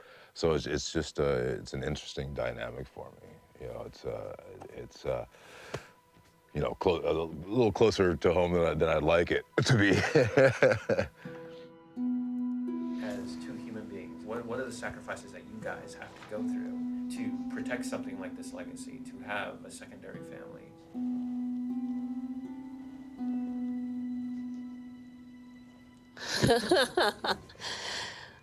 I am, you know, very fortunate in the sense that I have a home sort of, you know, network and a husband and parents and children that are very, very supportive and very much, you know, are as excited about what we're doing here as, you know, I think I am, and I have it pretty good. So I feel very fortunate.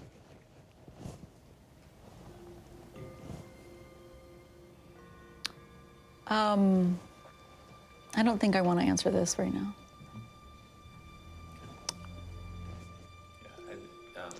I have an interesting story. I think I might be sharing.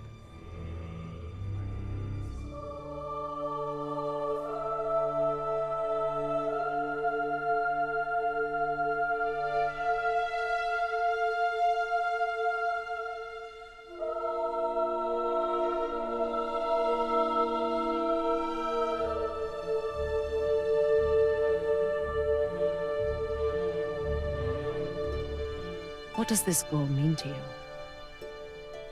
It's everything. Follow me. Why help us? Maybe I see more of myself in you than I'm willing to admit. Maybe by helping you, I'll make up for a lifetime of mistakes. Or maybe I just like you. I mean, there's lots of different methodologies on how to be vulnerable in a scene or how to be connected to an emotional scene where your son is basically saying, you ruined my life, I hate you, I never want to see you again. It was right around the time of, I was going through a divorce, so that wasn't difficult for me to be in a space that was vulnerable and fractured and confused. Like, it wasn't supposed to turn out this way. It's my job as an actress to keep myself in that space of like being permeable and being affected by what's happening in the moment. And so if I can recall what those feelings were like with my ex-husband, then I can understand some of the pain that Freya's going through with someone that she loved and had the best intentions for, but who it's just not going the way that she had hoped. If it hadn't been that, it could have been anything else in my life where there was a goodbye from someone that, you know, abandonment issues. I mean, you know, come on, we're human. We've all got our bag of pain. Oh, that, okay, we'll use that one. Cut! Z-pose, thank you. Clear. Markers down. Oh, just one little marker. Who needs my pinky? Oh, his pinky too. You know, I think as an actor, you always want to feel safe. You always want to, because when you do choose to do that, you can't bring yourself out of it. It takes some decompression.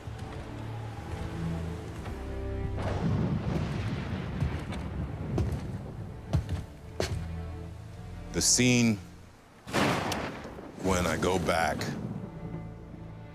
and get the blades of chaos, it was probably not real early on, but early on in the filming. And that's kind of what I was like, do I want to go there? Because this was a moment. If I was gonna take the scab off it as a person, as a human being, this is where it is. There's nowhere you can hide, Spartan. Put as much distance between you and the truth as you want. It changes nothing. Pretend to be everything you are not. Teacher, husband, father. But there is one unavoidable truth you will never escape. You cannot change. You will always be a monster. I know.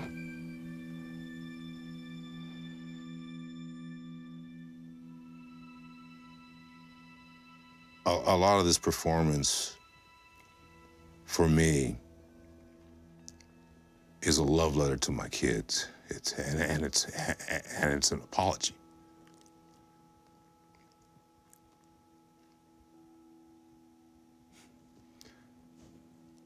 Yeah. And that's all I'm going to say about that. No, let's... You gotta switch continuity up on here? I just switched. You switched? You need to switch. Let's stop for a second.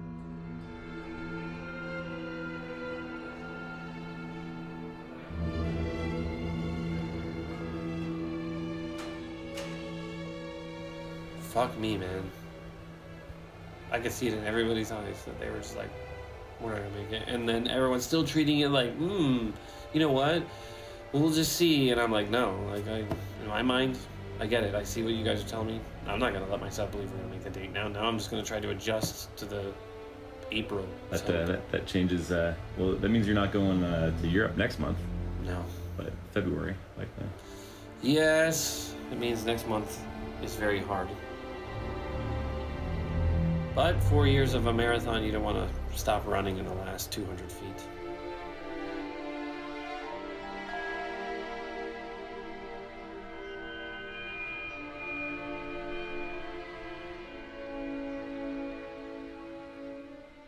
You know, for many years you don't see, or at least I didn't see,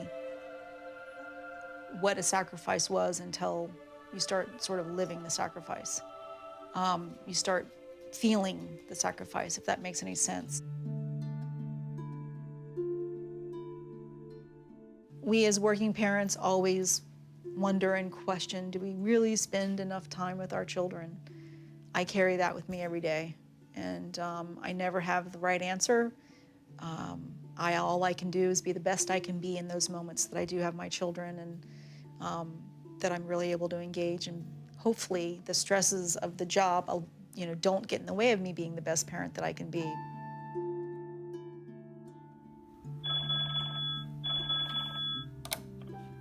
Hey, Assad. Hey, how you doing? Happy New Year. Are we still in that phase? I know. Happy New Year phase? Well, thank you. Yeah, and just to update you on just the dates discussion. So right now, the earliest the IT folks and the sales people feel comfortable with is the 20th, which is Friday the 20th. We cannot go any earlier because... Yeah, well, quite frankly, Assad, we don't want earlier. Yeah, no, I think it works for you guys. I think it works for everyone. So at the end of the day, and I keep saying this to everyone, is that at the end of the day, that game comes out, it's going to be amazing. Everyone's going to go bananas, and no one's going to remember all the date shifts and all that nonsense. Right, we just have to actually make it through this period without keeling over. The industry is incredibly demanding. It is all about what you've done lately, and you need to constantly move forward and do other things. I've always described my career as typical in the industry of having two states. You're either doing everything or you're doing nothing. For me, it's like what being normal is what I struggle with. You know, like taking time off, like why don't we take a vacation or just like any of these things. Just even saying them, it's like, what am I saying? It's so alien to me. And I think it's, you know, I'm feeling it. It's time to take the foot off the gas a little bit. Thank you for all your hard work, for serving quality and excellence, even with the entailed personal sacrifice, staying true to the vision, even at points when things felt uncertain. As a team, we're on course to deliver something pretty magnificent. And it's because each and every one of you and the passion you bring every single day. FQA Submit has moved to March 9th. And Gold and Release to Manufacturing moves to March 15th, which pushes the game's release from March 13th to April 20th.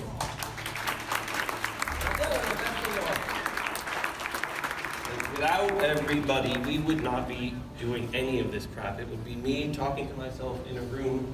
So what we are going to end up with at the end of all this amazing game, is truly something that I will carry with me forever. And I believe it is a first step in many, many games that we're going to make that will, I think, really redefine what this studio is. So I'm very proud to work with everyone here. So thank you.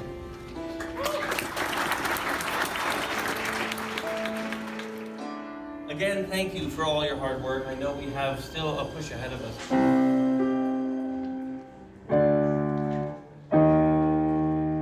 Let's go to M620, Epilogue Teaser.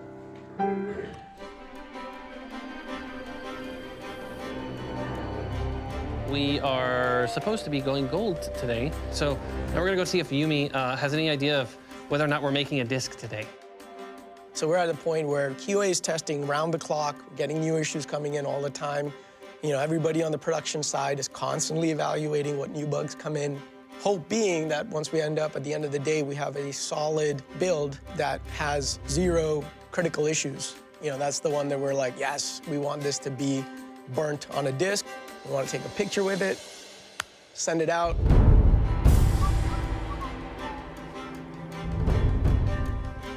This is it. I mean, this is still, for me, officially the first game that, you know, I will ship. And I've been here for 5 years, and it's, you know, it's like a big legacy.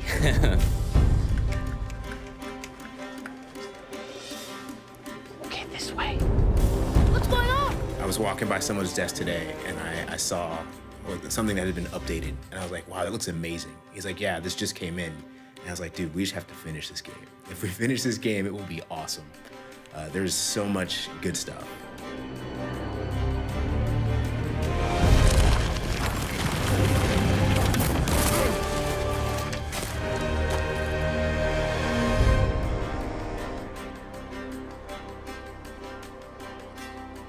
Oh. She's not here. Yumi, you were not here when I stopped by. I am sad. There we go. That way she'll know that someone's looking for her and they're sad. All right, this way. Well, here she is. Yumi Yang, we found her. We just left you a note that said, I am lost without Yumi Yang.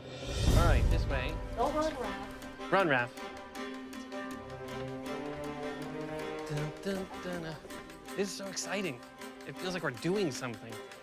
Oh my gosh, I want to press the button. Which one do I press? How can I screw this up? Just this? That's it? The whole thing. It just says right. Yep. There it is. Stand here and watch a progress bar. See going to take a little while. A little while, like how long? Give me an estimate. Probably about an hour. Dude, I'm not gonna stand here for an hour. Yeah. That's crazy. There it is.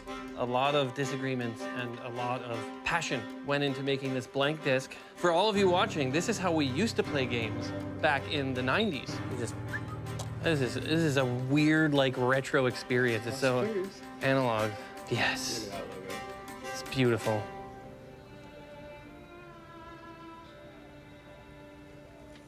There's your boy. Oh, this is wonderful. Kratos actually joined the Tree Preservation Society. Super into trees now.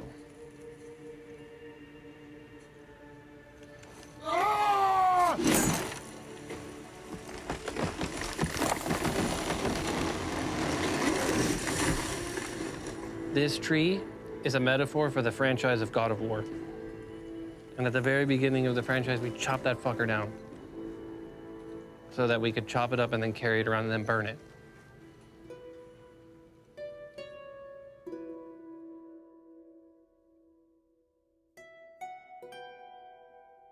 For me, what I would love to see that from this game, what we're pushing is dramatic context, you know, reason, the concept of why. Like, why am I here? Why am I doing these things? Why do I care as a player? Like, engaging people on a more emotionally visceral level than just revenge, killing, you know, which is great. Combat's fun. It's the way you communicate with the environment in so many games. But I think games that feel repetitive and boring are because there's no strong sense of why. You don't feel connected at all to the world.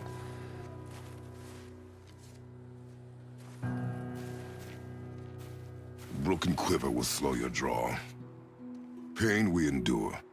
Faulty weaponry we do not. This will do for now. Good? Good. Go. Okay, do you need to say anything for these guys? Who? Documentary people? Yeah. We're on our way to France, and it's wonderful. So you are the first group of people, aside from our team, to actually get hands-on of the game. So this is a very exciting moment for all of us. I think that what makes a great, strong character is absolutely what makes a great, strong human, because when you're embodying a character, you're embodying the life of a human that is some parts of many things within the mind of the writer, and they pulled from some person that they know in their life, and so it is a living, breathing thing. We just got a fantastic historical overview of the city in Berlin for day 2 of our world tour. Hello. For us, this is a very big sort of change for Kratos.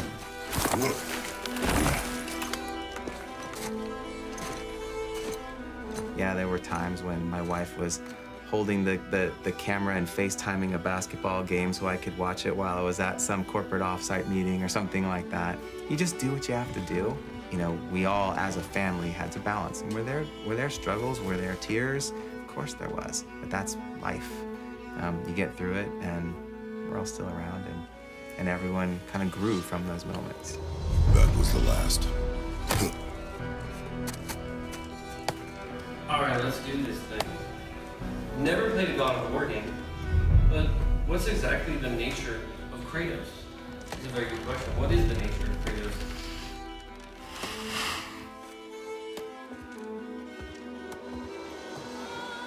There's an interesting universality to it as well. The idea of, even if we don't have kids, we were kids ourselves at one point. Mother, do they call to me?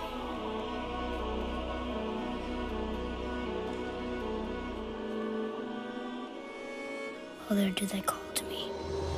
So this game, God of War, this iteration is probably the most personal project I think I've worked on in my entire career. Yo diría que este God of War es el ejemplo más personal de Y dar también las gracias al equipo de Santa Mónica Studios por estar aquí.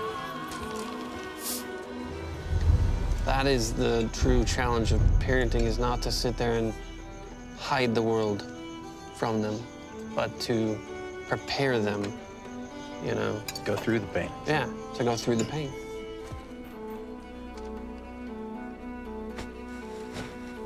Find your way home. You are free. For me, I think as a writer, the most interesting challenge is to take a character that you have made intentionally an anti-hero and actually turn them around.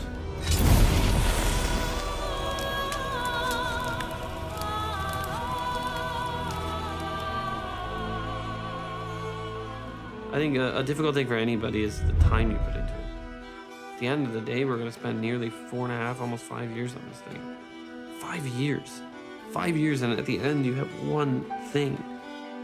And then one day it's out there, and either everybody loves it, or everyone hates it, or even worse, they're indifferent, and it's just crickets, right? And that's it. Like, it's such feast or famine.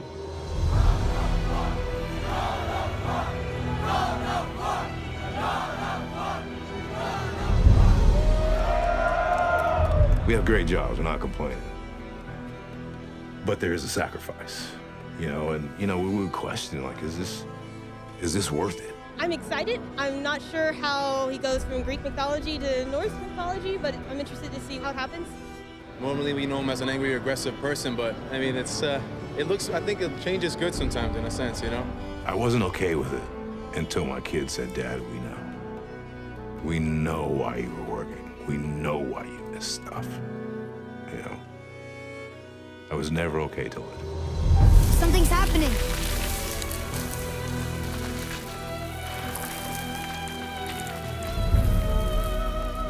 It's Mother. So this right here represents 5 years worth of work going gold. The incredible team that I worked with, so many people, and then Yumi Yang, the most important person for my sanity throughout this entire crazy journey. By now, I had read through this remarkable adventure. And the one thing I got out of it was this character's love for his son. Oh, look at that. PlayStation Europe retweeted. PlayStation retweeted. Oh, seriously. That's us. The first time we met the world serpent. But how? Art reflects life, reflects art, reflects life. And that's why we have it, so we don't feel so alone. So we see these stories, whether they're folklore, mythology, made up or real, is because this thing called life is interesting and confusing, and it's wonderful and it's horrible. And it's all these things. And here we are. From the beginning, it was, you know, we have the potential to make a defining game, and, you know, to this day, I say we have the potential to make a defining game. All these drawings. This is our story.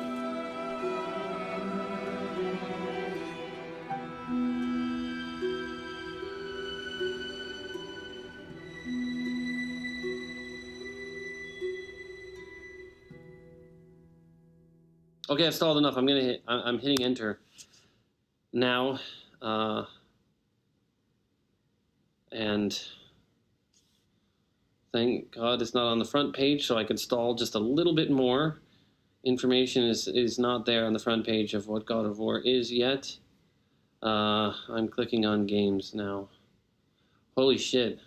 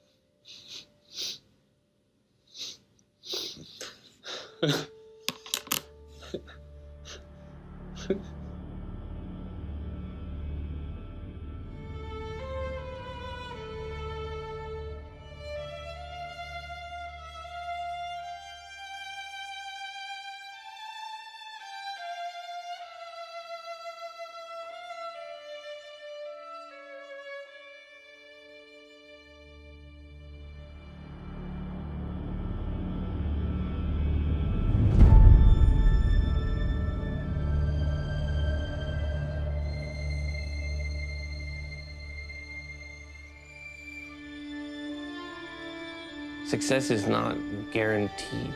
You don't get it just because you are who you are. You get it because you work really crazy hard and sacrifice for something else, you know? Just kind of, I guess, like a parent. You're gonna sacrifice, work really hard, and then they're gonna fucking hate you in 15 years and not talk to you for 10 years, and then they're gonna be like, hey, I remember why you were pretty good.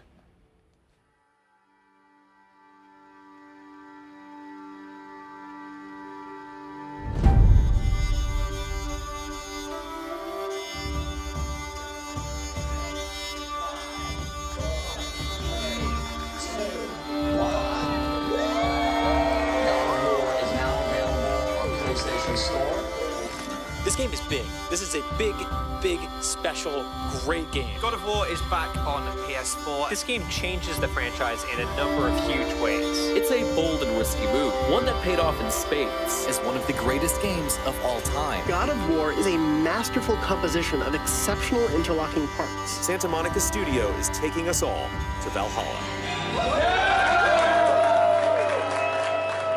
There was a lot of fucking doubt on this project, but it was you people every day coming in and doing what you do that made this a reality. The game is a masterpiece. One of the most well thought out and well paced games in quite a long time. Hands down, game of the year. What I want the takeaway to be is like, wow, this was necessary.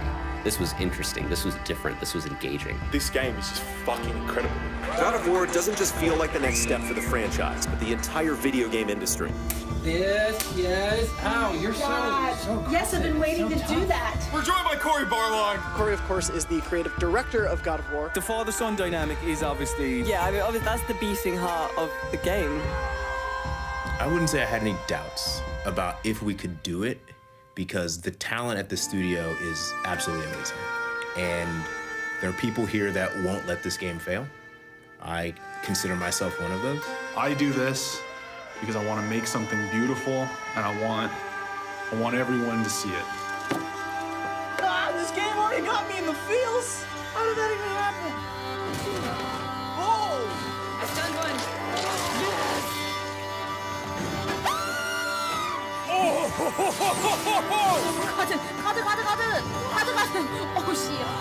Kratos is back.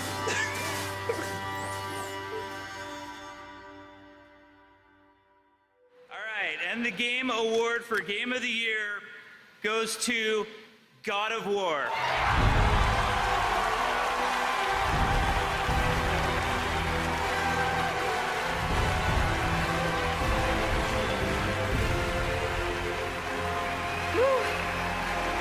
Thank you, everybody. I want to thank my children and all of the families throughout the God of War team. And you guys, the fans around the world. Together, we all dream big dreams. Thank you, everyone.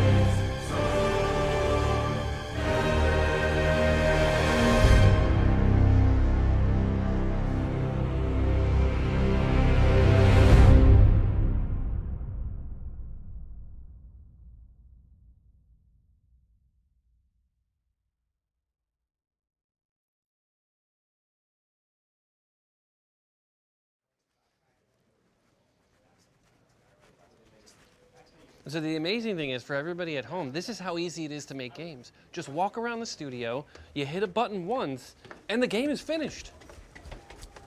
It's like that scene in Spaceballs. Instant video cassettes.